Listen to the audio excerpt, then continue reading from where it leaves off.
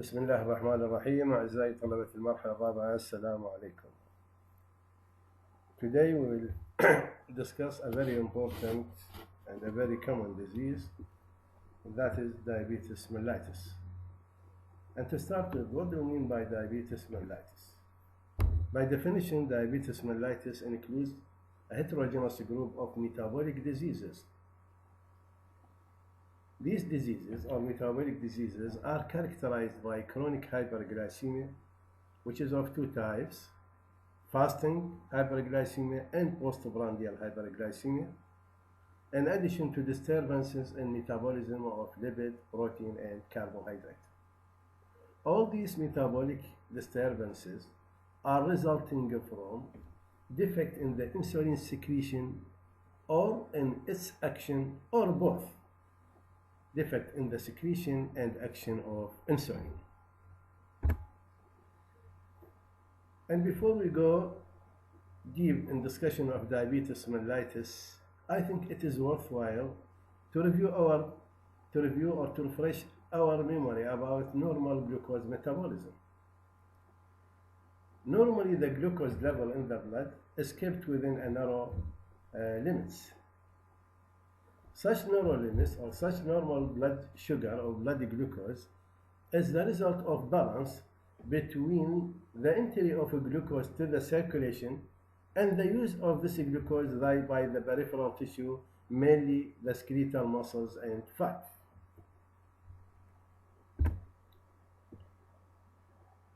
And as we have said that the metabolic disturbances which are present in diabetes mellitus are due to insulin secretion defect or insulin function defect, or both.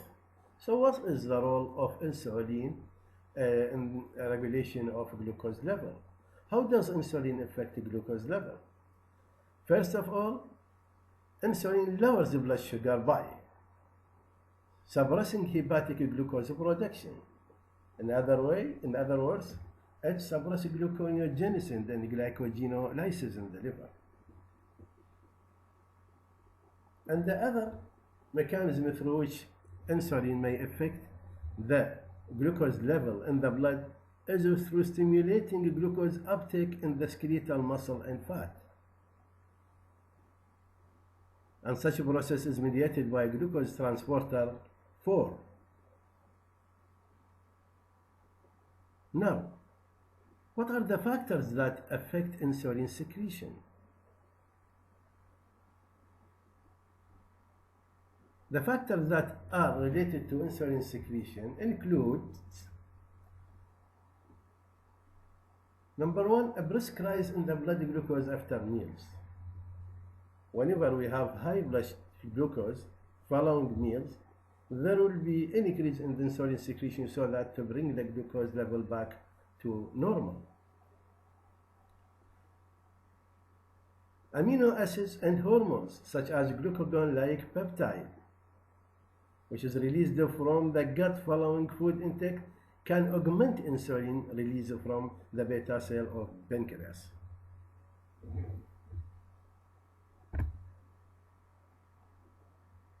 And as far as diabetes mellitus affects the metabolism of fat as well,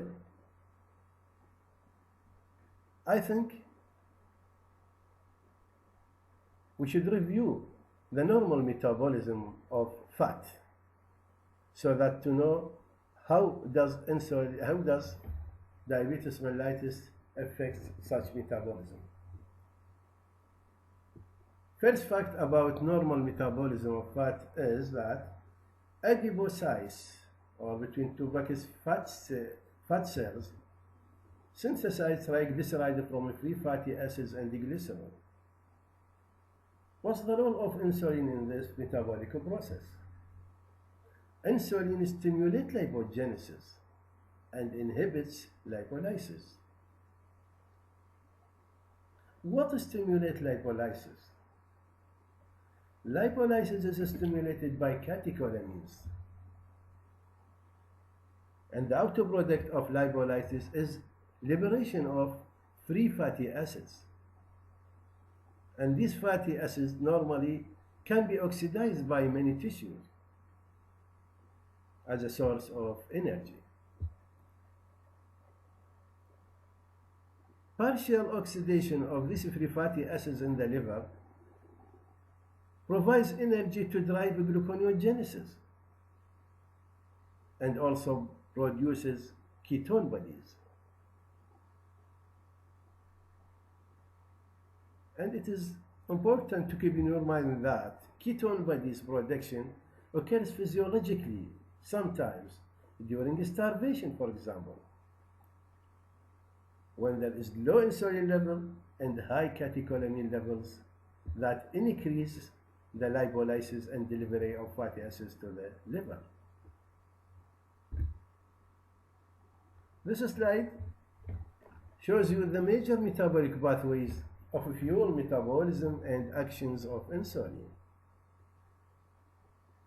Here, the glucose is absorbed from the bowel to the blood, and the glucose is released from the liver through gluconeogenesis and glycogenolysis to the blood as well, and such glucose is used by the peripheral tissue, mainly the skeletal muscle and fat. So insulin has positive effect on the uptake of glucose by the skeletal muscles. It has negative effect on lipolysis. It prevents lipolysis. It has negative effect on gluconeogenesis.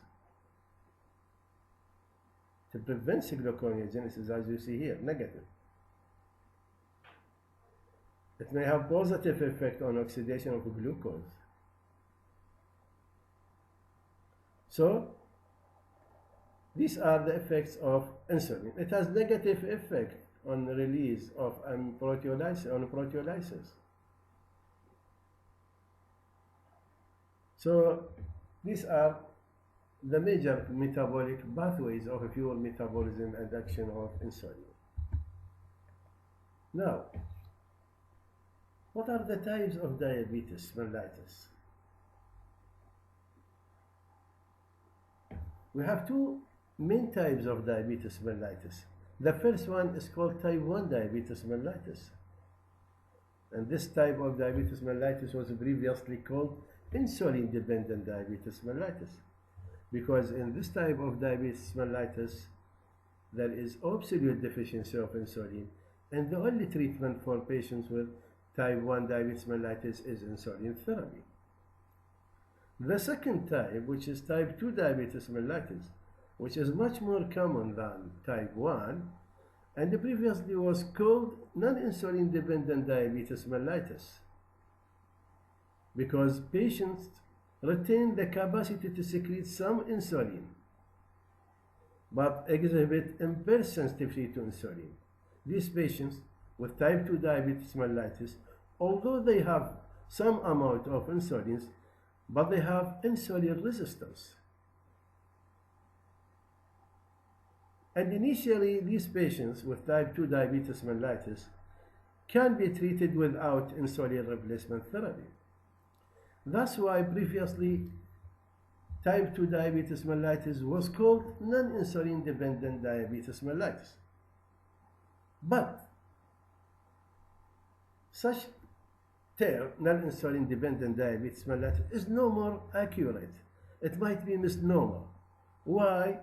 Because 20% or more of patients with type 2 diabetes mellitus will ultimately develop profound insulin deficiency, requiring replacement therapy by insulin.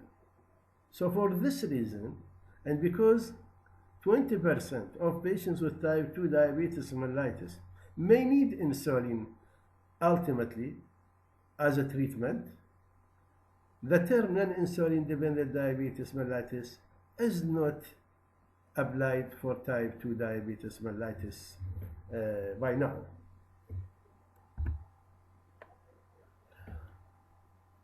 We have other specific types of diabetes mellitus. We may have genetic defects in the beta cell function that may give rise to clinical features of diabetes. Sometimes the genetic defects of insulin action itself. Pancreatic diseases, whether neoplastic diseases, cystic fibrosis, hemochromatosis, and so on, may give rise to clinical features of diabetes. Excess exogenous production of hormonal antagonist insulin.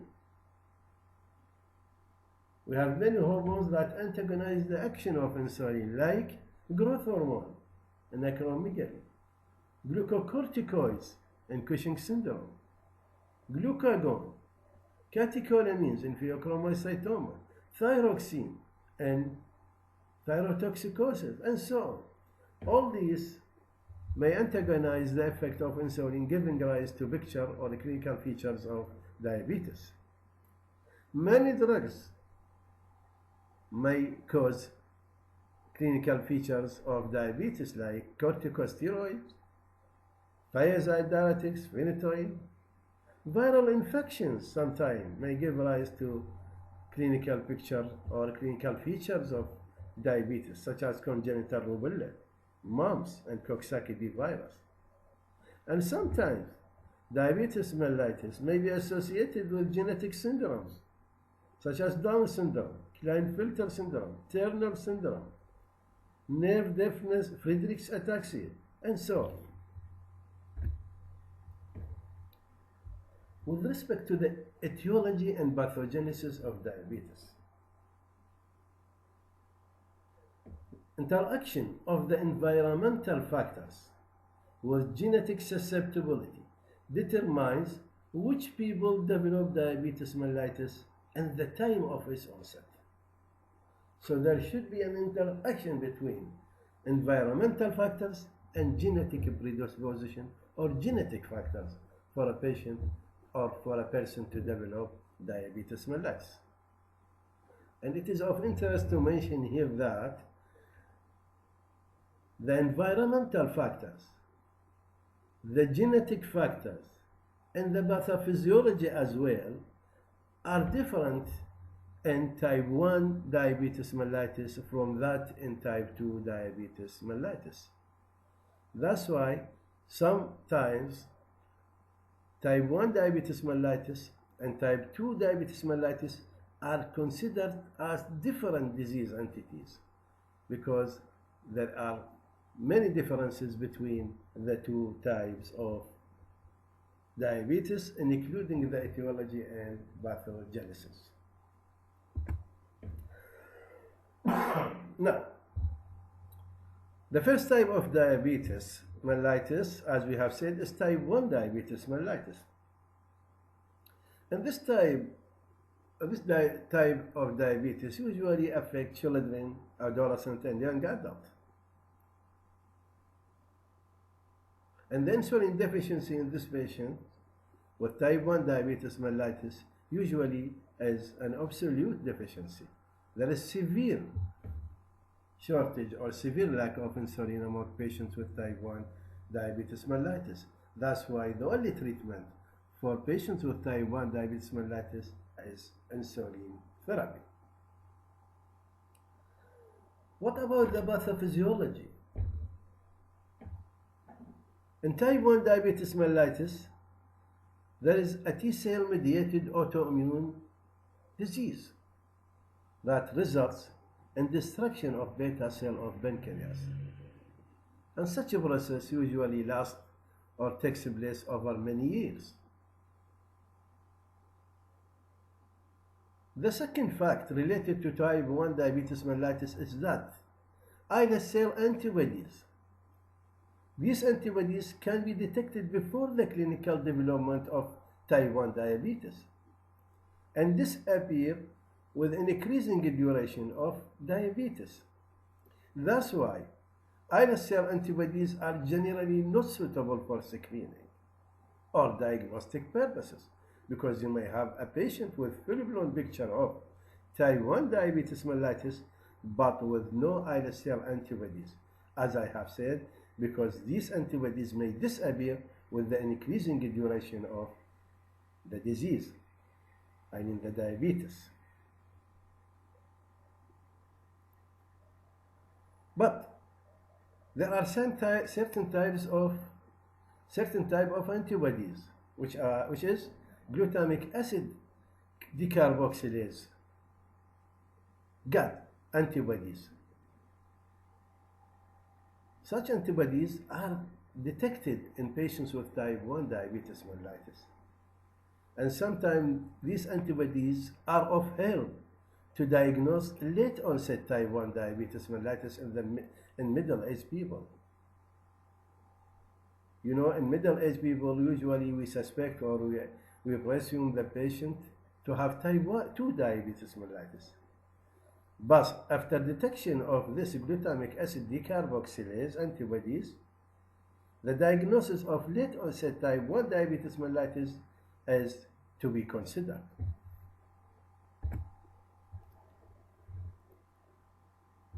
Symptomatic hyperglycemia, I mean symptoms of hyperglycemia, which are polyuria, polydipsia, dizziness, and so on, occurs only when 70 to 90% of beta cells have been destroyed. So we don't expect symptoms or symptomatic hyperglycemia to happen with 30 or 40% of beta cells being destroyed. Until more than 70% of the beta cells are destroyed, at that time the patient may develop or may have symptomatic hyperglycemia. The pathology in the pre-diabetic pancreas in type 1 diabetes mellitus is characterized by insulitis.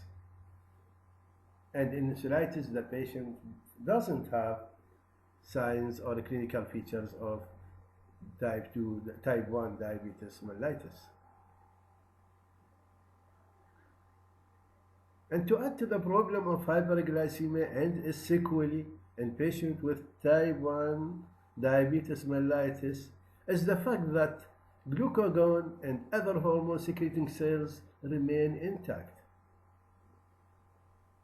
So the presence of glucagon may add to the problem, especially the severity of hyperglycemia, because the cells that are responsible about secretion of glucagon or other hormone secreting cells remain intact. They are not affected by the autoimmune or autoimmune disease or the anti-islet antibodies.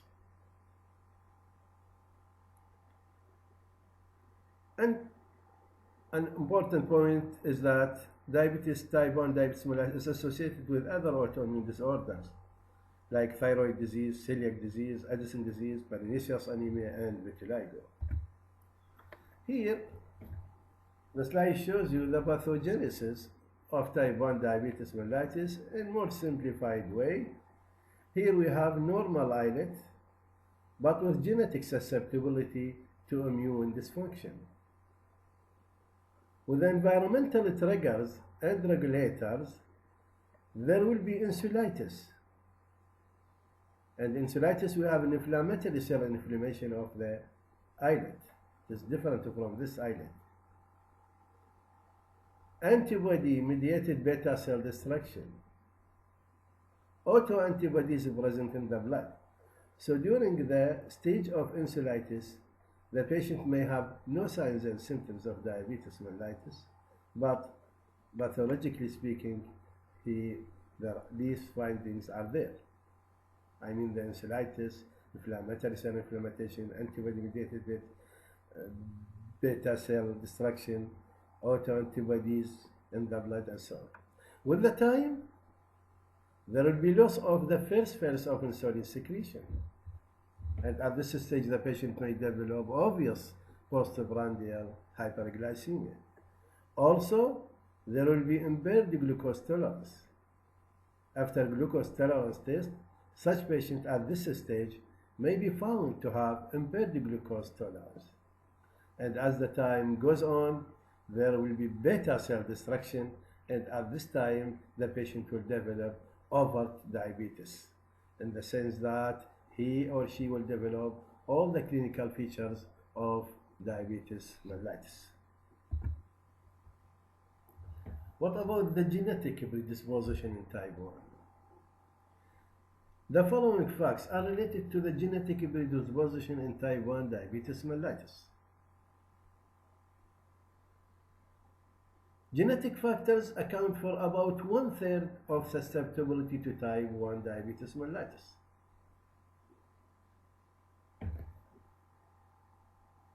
The HL haplotype DR3 and or DR4 are associated with increased susceptibility to type 1 diabetes mellitus.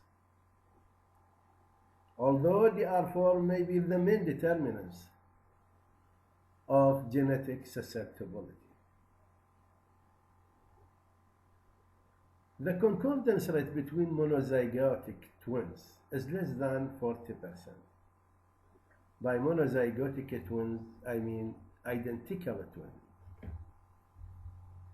If you have one twin with type 1 diabetes mellitus, the chance for the other one to have type 1 diabetes mellitus is only 40%. It is not 100%.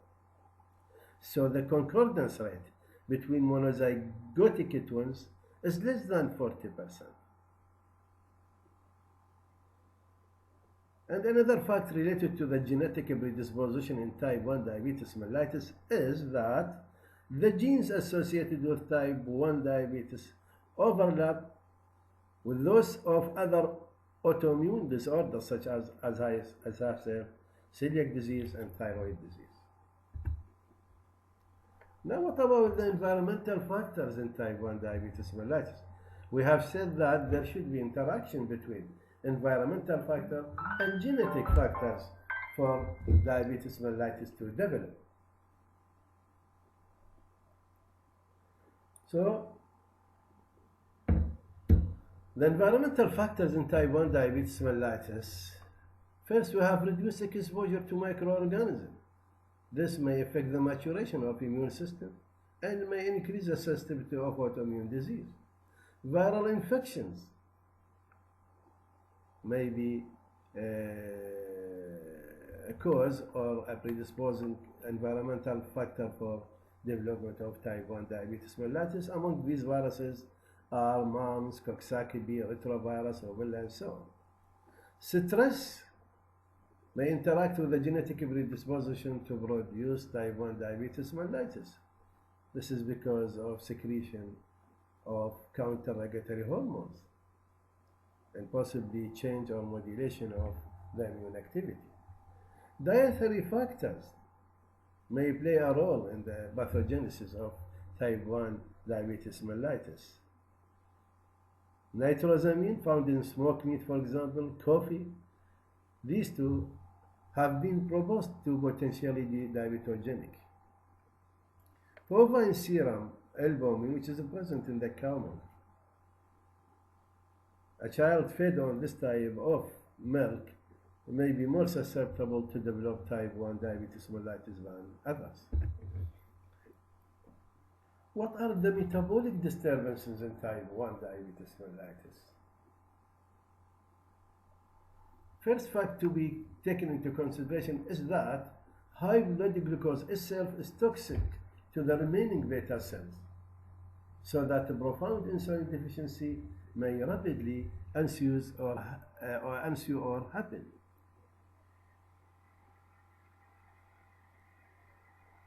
Hyperglycemia itself will lead to glycosuria and dehydration.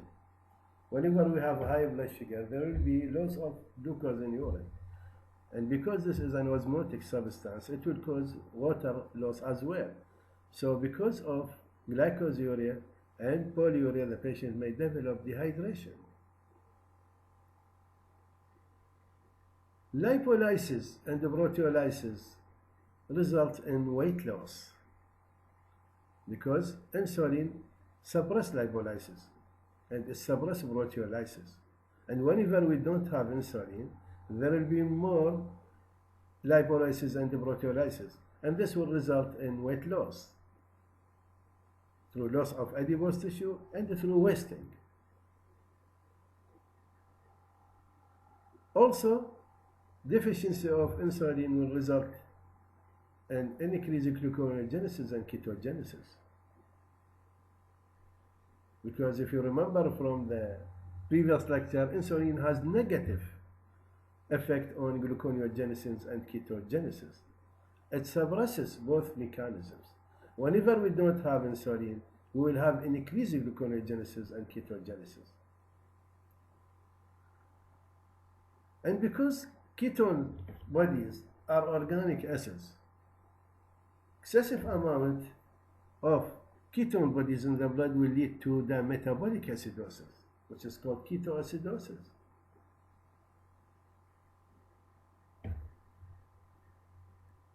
Elevated blood hydrogen ion because of acidosis may drive potassium out of the intracellular compartments, and this may give rise to an increase in the potassium level when the patient is having metabolic acidosis. Here, this slide will show you the pathophysiological basis for symptoms and signs of uncontrolled diabetes mellitus. Because of insulin lack, we will have increased catabolism and we will have decreased anabolism. And the outcome of increased catabolism will be glycogenolysis and gluconeogenesis and lipolysis. Gluconeogenesis may give rise to wasting because amino acids are one of the main substrates or materials that are used during gluconeogenesis. And because of lipolysis, the patient will have loss of weight. Also, lipolysis will give rise to hyperketonemia, to high level of ketone bodies in the blood. And because these are organic acids, they will cause metabolic acidosis. And acidosis may give rise to cosmal or acidotic breathing, hyperventilation. Also, it may give rise to peripheral vasodilatation. And peripheral vasodilatation may result in hypothermia and hypotension. Such acidosis, if it's not managed, not detected, the patient will develop diabetic ketoacidosis. And if patient with diabetic ketoacidosis is not detected early and not managed appropriately, the outcome or the fate might be death. On the other side, on the left side, because of decreased anabolism, we'll have hyperglycemia. And this hyperglycemia will give rise to fatigue. Hyperglycemia also may give rise to presence of large amount of glucose in urine, what do we call glycosuria. And the presence of glycosuria may make the patient more susceptible to have genitourinary tract infection, like vulvitis, pulmonitis, and so on. Also, the presence of glucose in urine will give rise to osmotic diuresis, because glucose is an osmotic substance. And such osmotic diuresis will give rise to polyuria and polydipsia. And because of this osmotic diuresis, there will be salt and water depletion. And the salt and water depletion will give rise to tachycardia because of hypovolemia and reflex tachycardia and hypotension. Thank you very much.